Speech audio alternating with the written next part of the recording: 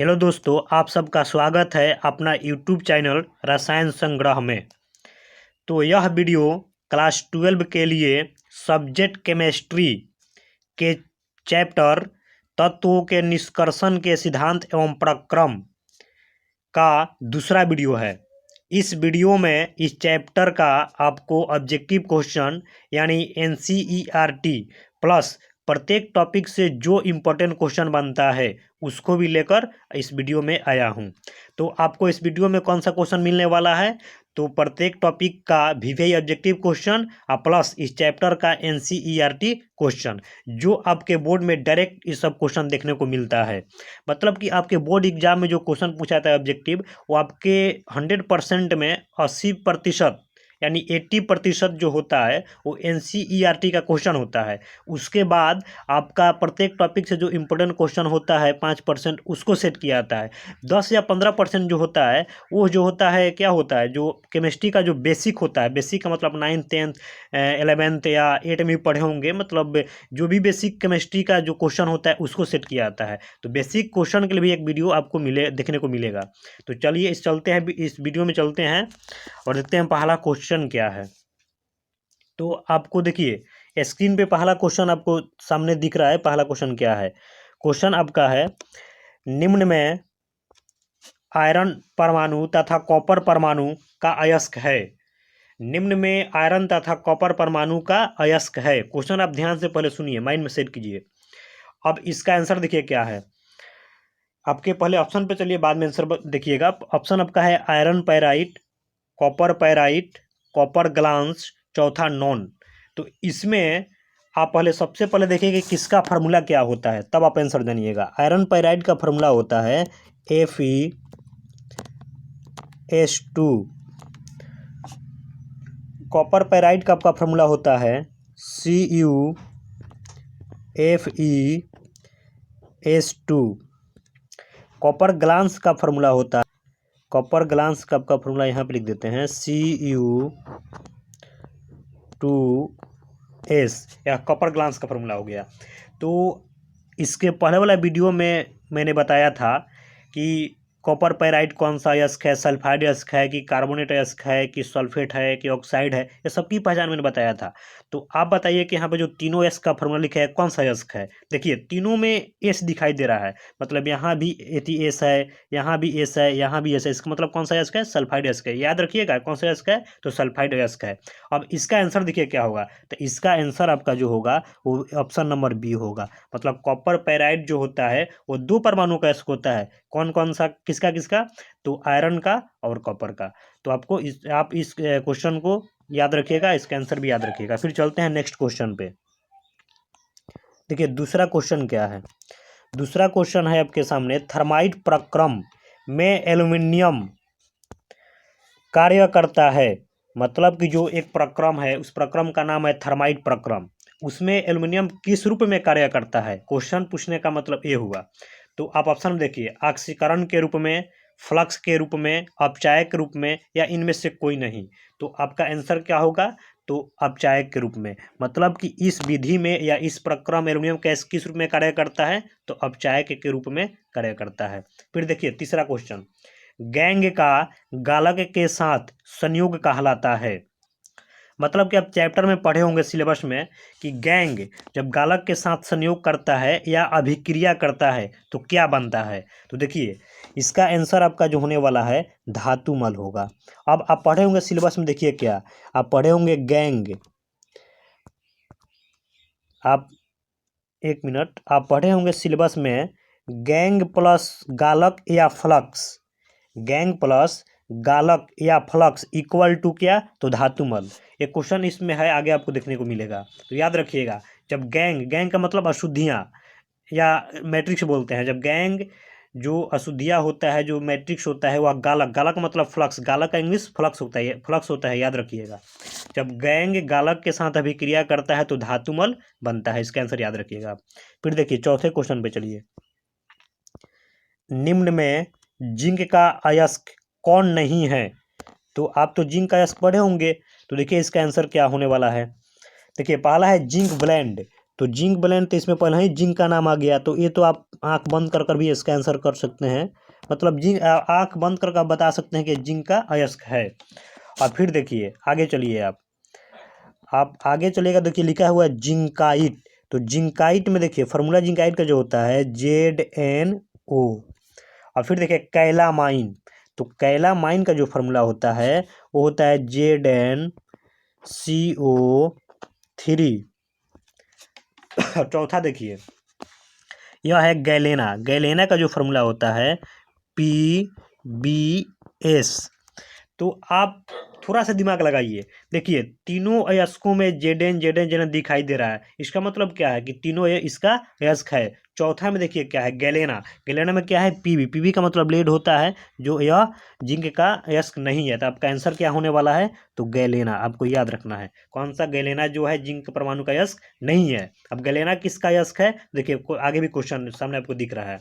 चलिए फिर next question पे, गैलेना किस परमाणु का अयस्क है। ऑप्शन में आपका है लेड। लेड का मतलब शीशा होता है। मरकरी, मरकरी का मतलब आप पढ़ा पढ़े होंगे, Hg संकेत जो होता है। उसके बाद सोना, उसके बाद चौथा क्या है, इनमें से कोई नहीं। तो आपका आंसर क्या हो जाएगा, तो देखिए, तो गैलेना का फार्मूला क्या होता है, तो गैलेना का फार्मूला देखिए यहाँ पे बताया है।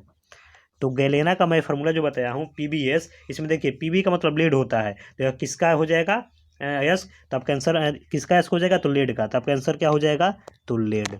फिर अगले क्वेश्चन पे चलिए, देखिए क्वेश्चन है सिनेबार किस परमाणु का अयस्क है। तो सबसे पहले आप बताइए कि सिनेबार का फार्मूला क्या होता है। आप तो पढ़े होंगे सिलेबस में। तो सिनेबार का जो फार्मूला होता है वह होता है HgS। याद रखिएगा इसको, HgS। तो Hg का मतलब क्या होता है, मरकरी या फरा। तो HgS मतलब सिनेबार।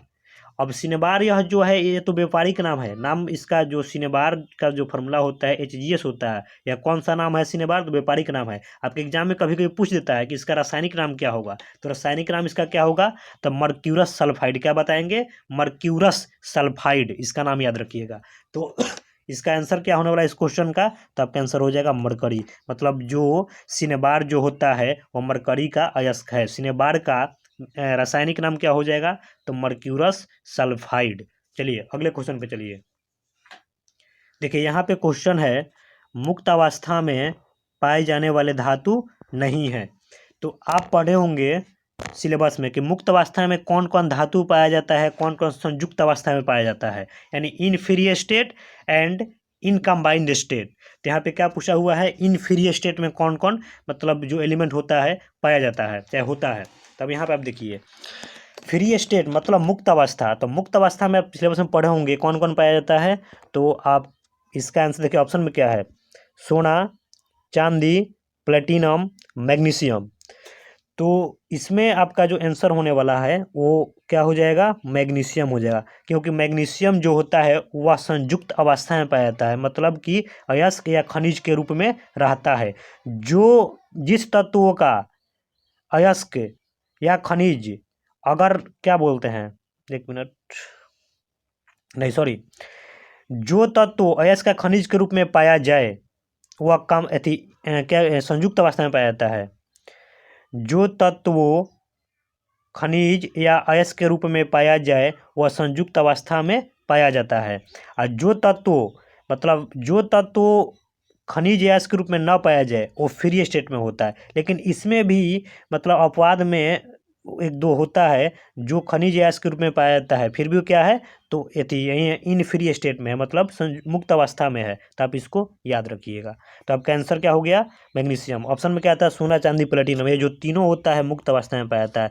मतलब इसका देखा जाए तो मात्र 5% जो भाग होता है अयस्क या खनिज के रूप में पाया जाता है। नहीं तो 95% जो होता है यह मुक्त अवस्था में कहीं ना कहीं बालू के रेतों में, खदानों में या चट्टानों में पाया जाता है। तो आप इसका आंसर याद रखिएगा। फिर आगे देखते हैं क्वेश्चन क्या है सामने, देखिए विद्युत अपघटन विधि द्वारा धातु निष्कर्षण कहलाता है। विद्युत अपघटन या वैद्युत अपघटन दोनों का मतलब एक ही होता है, याद रखिएगा। विद्युत अपघटन विधि द्वारा धातु निष्कर्षण कहलाता है। तो क्या कहलाता है, देखिए क्वेश्चन में आपका है विद्युत, ऑप्शन में खोजिएगा विद्युत कहाँ है। देखिए पहले ही ऑप्शन में क्या है, तो वैद्युत या विद्युत, ये हिंदी में लिखा हुआ है, लेकिन हिंदी में इसका हो जाएगा वैद्युत या विद्युत, आप लिख सकते हैं, याद रखिएगा इसको, वैद्युत या विद्युत। तो आपका पहला ही ऑप्शन में क्या है, विद्युत धातु कर्म। तो आपका आंसर क्या होने वाला है, तो यही है। अब विद्युत धातु वैद्युत अपघटन विधि क्या होता है, तो आप सिलेबस में पढ़े होंगे। इसमें यौगिक क्या, जो आयनिक यौगिक होता है वह आयन के रूप में टूटता है, मतलब धातु धनायन के रूप में और अधातु ऋणायन के रूप में टूटता है। इस विधि में आप पढ़े होंगे डिटेल से। तो आपका आंसर क्या होने वाला है, वैद्युत धातु कर्म। फिर देखिए आगे क्वेश्चन क्या है, वैसा धातु खनिज, याद रखिए, वैसा धातु खनिज जो कम खर्च तथा आसानी से प्राप्त हो जाए कहलाता है। ये तो आप आंसर बता सकते हैं। तो देखिए इसका आंसर क्या होगा, देखिए आप पढ़ोगे खनिज, तो खनिज जो कम खर्च तथा आसानी से प्राप्त हो सके या हो जाए, क्या कहलाता है, तो अयस्क कहलाता है। फिर आगे आप क्वेश्चन देखिए, क्वेश्चन क्या है, क्वेश्चन आपका है, निम्न में जिंक परमाणु का कार्बोनेट अयस्क कौन है। यह इंपॉर्टेंट क्वेश्चन, आप यह जो क्वेश्चन है, इस टाइप के क्वेश्चन मैंने पहले वाला वीडियो में भी, इस वीडियो में मैं बता चुका हूँ कि मतलब अयस्कों का पहचान हम कैसे करेंगे। तो आप इसका आंसर आपको बताना चाहिए, लेकिन मैं भी बताता हूँ। देखिए पहला आपका ऑप्शन क्या है, पहला आपका ऑप्शन है जिंकाइट। जिंकाइट का फॉर्मूला पहले लिखिए क्या होता है, ZnO। उसके बाद कैलामाइन, इसका फॉर्मूला लिखिए ZnCO3। जिंक ब्लेंड, इसका फॉर्मूला देखिए क्या होता है, ZnS। अब देखिए मैंने इसके पहले वाला वीडियो में भी बताया था कि हम अयस्कों का पहचान कैसे करते हैं। तो अगर देखिए पहला ऑप्शन में क्या है, जिंकाइट। तो अगर किसी भी अयस्क में अगर O दिखाई दे, O का मतलब देखिए यहाँ भी O है, कंफ्यूज मत होइएगा, यहाँ पे O है तो O जो है ओनली क्या है, O का पहले N है, तो यहाँ पे यह अयस्क क्या हो जाएगा, तो ऑक्साइड अयस्क हो जाएगा। अब यहाँ पे आप देखिए ZnCO3, अब यहाँ पे O है लेकिन O के पहले क्या है, CO3। तो कहीं भी आप केमिस्ट्री में पढ़े होंगे कि CO3 अगर एक जगह रहे तो उसका नाम कार्बोनेट होता है। अगर ओनली यहाँ पे O के पहले C न रहता तो क्या होता, ऑक्साइड A भी होता। लेकिन CO3 अगर एक जगह दिखाई दे, मतलब CO3 जहाँ भी दिखाई दे, वह कौन सा है, उसका नाम क्या होता है, तो कार्बोनेट। तो यह कौन सा अयस्क हो जाएगा, तो कार्बोनेट। तो आपका आंसर क्या होने वाला है, तो देखिए कैलामाइन, मतलब जिंक कार्बोनेट। या कैलामाइन व्यापारिक नाम हो गया, इसका रासायनिक नाम क्या हो जाएगा, जिंक कार्बोनेट। आपके एग्जाम में मतलब अयस्क का रासायनिक नाम भी पूछा जा सकता है, जैसे कैलामाइन, जिंकाइट, जिंक ब्लेंड, ये सब तो व्यापारिक नाम हो गया, लेकिन रासायनिक नाम भी याद रखिएगा। तो इसका रासायनिक नाम देखिए पहले वाला का क्या हो जाएगा, जिंक ऑक्साइड, इसका जिंक कार्बोनेट, इसका जिंक सल्फाइड। तो आपका आंसर क्या हो जाएगा, तो बी नंबर। फिर आगे क्वेश्चन देखिए क्या है,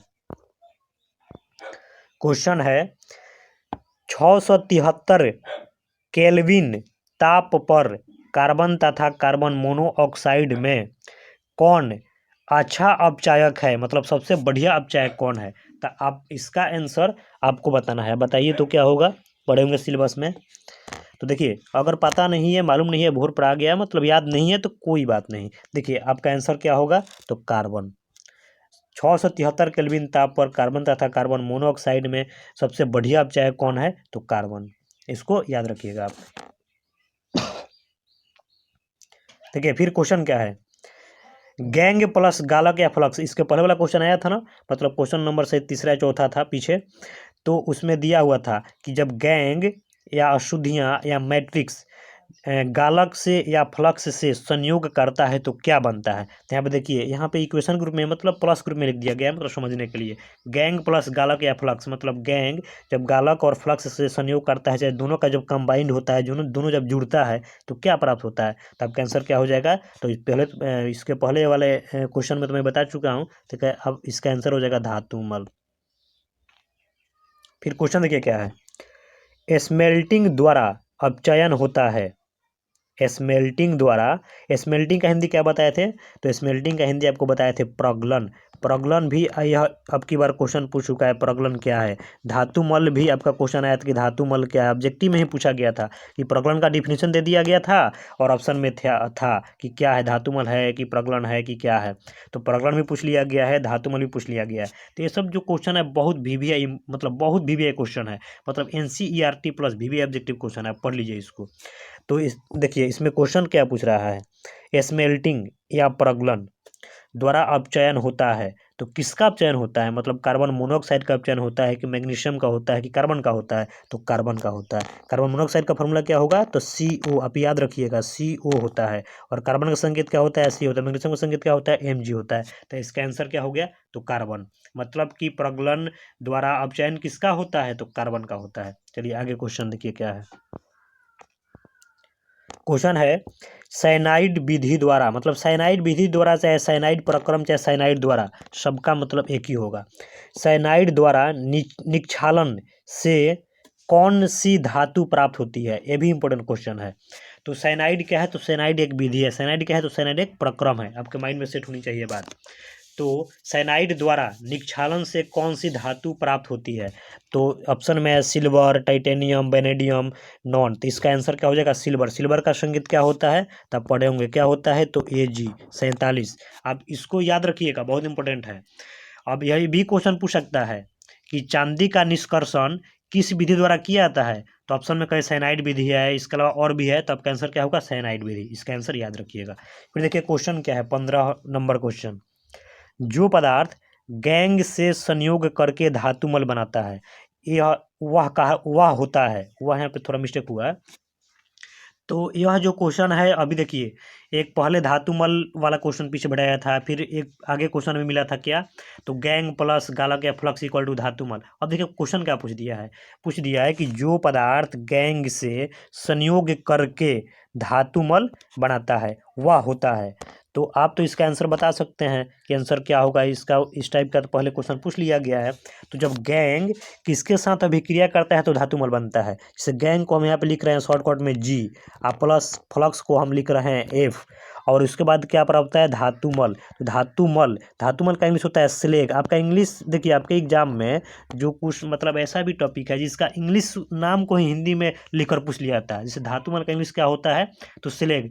प्रगलन का क्या होता है, तो स्मेल्टिंग। तो आपके एग्जाम में स्मेल्टिंग ही पूछ लेता है, या धातुमल का इंग्लिश स्लेग होता है, स्लेग ही पूछ लेता है।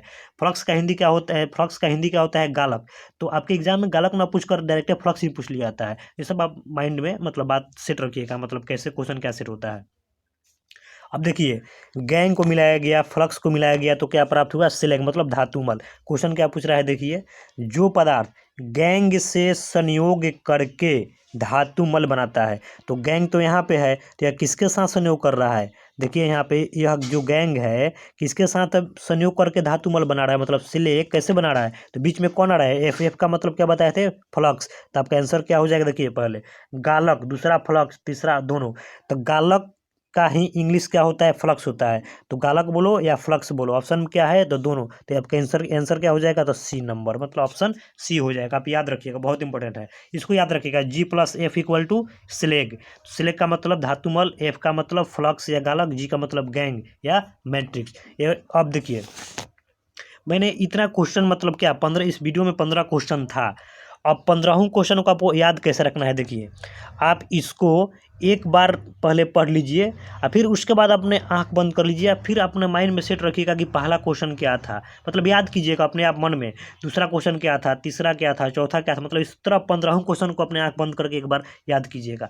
फिर उसके बाद आप हो सके तो इस क्वेश्चन को अपने कॉपी में नोट मतलब लिख लीजिएगा, और नहीं तो अगर लिखने का मन ना हो तो अपने मोबाइल आपके पास हो तो बार बार इस वीडियो को देखते रहिएगा। मतलब जितना मैं वीडियो ऑब्जेक्टिव पर डालूंगा उसको टाइम मिले जब भी आप वीडियो देखते रहिएगा, मतलब अपने माइंड से इसको निकालिएगा मत कभी। ऐसा पढ़िए कि एक बार ही पढ़िए तो माइंड में सेट हो जाए। तो चलिए तो इसका आगे अगर आपको मतलब यह वीडियो अगर आपको अच्छा लगा हो, या इसमें अगर क्वेश्चन जो भी दिया गया है इंपॉर्टेंट क्वेश्चन है NCERT, तो आपको अच्छा लगा हो तो आप प्लीज़ लाइक कर दीजिए, सब्सक्राइब कर दीजिए एंड शेयर कर दीजिए। चलिए धन्यवाद, जय हिंद।